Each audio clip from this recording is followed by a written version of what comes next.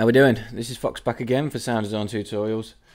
Still going on with the deconstruction of this electro track. I think this is the last one now.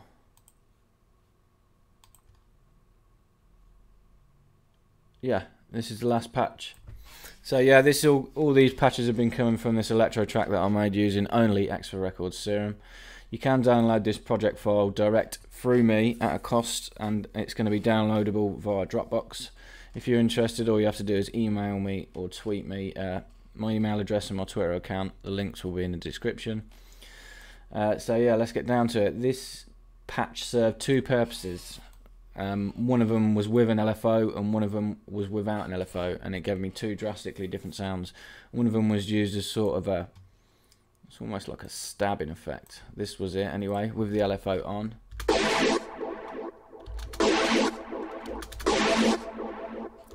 Phaser effect, a lot of reverb, a lot of delay.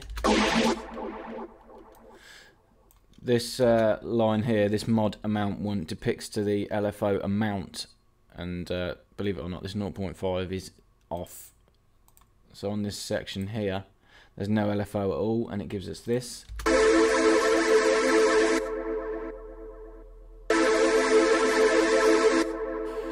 A more constant sort of pad sound. They both sound quite phasey because of the filter type that I chose, which was this phasing 36+ one. But yeah, I'm going to show you how I made this step by step. So we're going to go ahead and initialize this preset. One oscillator, saw wave, that is all I used. I gave it 6 voices unison. Pulled the detune down from its original position to about 0.15.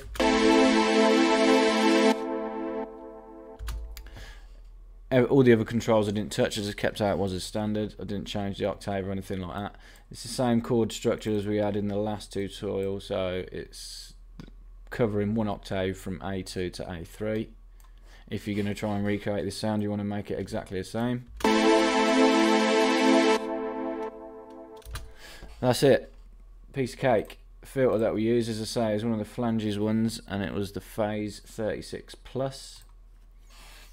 Cut off, I aimed it around the high mids, about 1288 Hz. Resonance where it comes as standard. Pan, I didn't give it any drive, and the mix is on full. Instantly changes the character.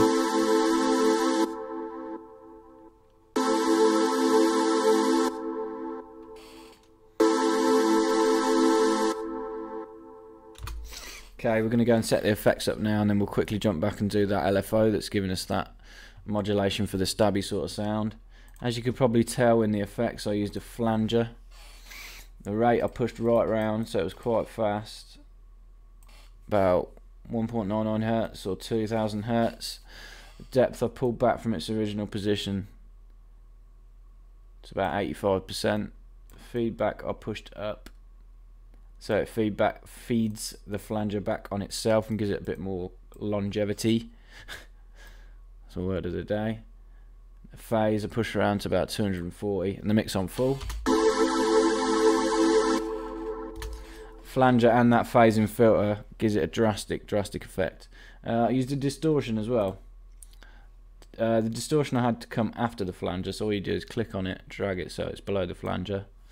Distortion I chose was a diode 2. These diode 1 and 2 are my favourites, so the harshest, but they are the best in my eyes. As you can tell, that's well too heavy, so I pulled the mix down to about 50%. And I use a post filter to shape the sound how I wanted it. I changed it to a high pass.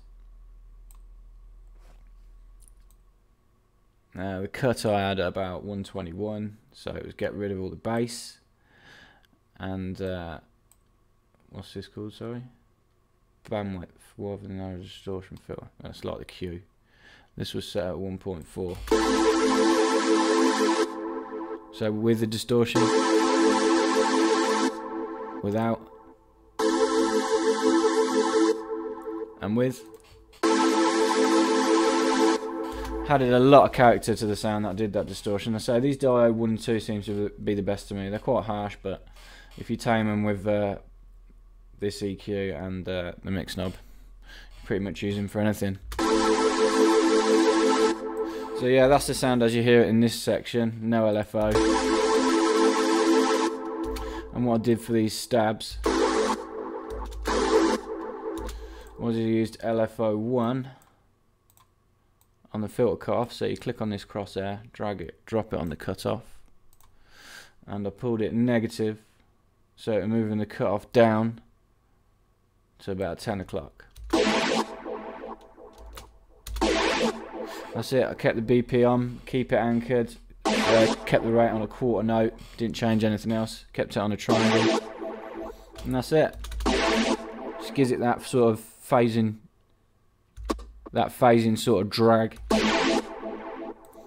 And all I did to do away with that in the actual track was inside Serum mod amount, and say this down here is the LFO on, that one there is the LFO off. So you hear it on these, and if I put it over here, you won't see any movement. The LFO is going through its motions, but it's not affecting the cutoff because I've turned the amount off.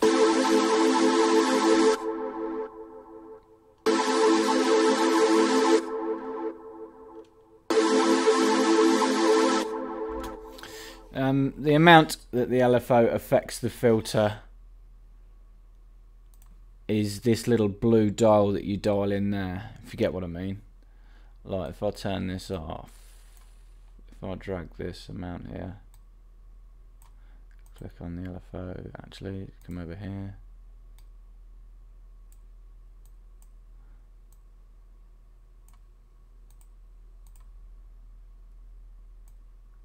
see the line going up and down. Jump back to how it was. So yeah, it's easier sometimes to, rather than trying to draw that, if you're going to automate that, and it's easier to go to the matrix section, then you've got control over it on this big slider.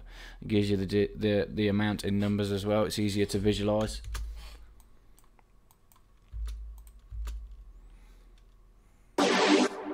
So yeah, sort of a phasey stab and then a pad. There you have it. As I say, nothing to it. Again, all that from one sine wave with a bit of unison. It's all to do with the effects and the filter types that we chose. But yeah, for now that is it for this tutorial. That's it for this track now, all done. As I said again, make sure if you want this project file in full, you can have it. It's yours. You get all the patches that I've been through in this sort of mini series. You get 1, 2, 3, 4, 5, 6, 7, 8, 9, 10 Serum patches.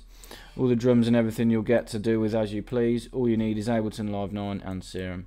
I've used a few external plugins, my mastering chain on the mastering channel, but they're not necessary for you to get this project. To say you could substitute these for Ableton plugins if you want. This is just the chain that I use. But yeah, you'll get all the drums and all the Serum samples all laid out as you see it here and all mixed.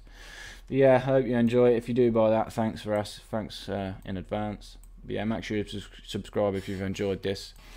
Check me out on Facebook and Google+. It's Sound Design Tutorials. Okay, thanks again for watching. Cheers.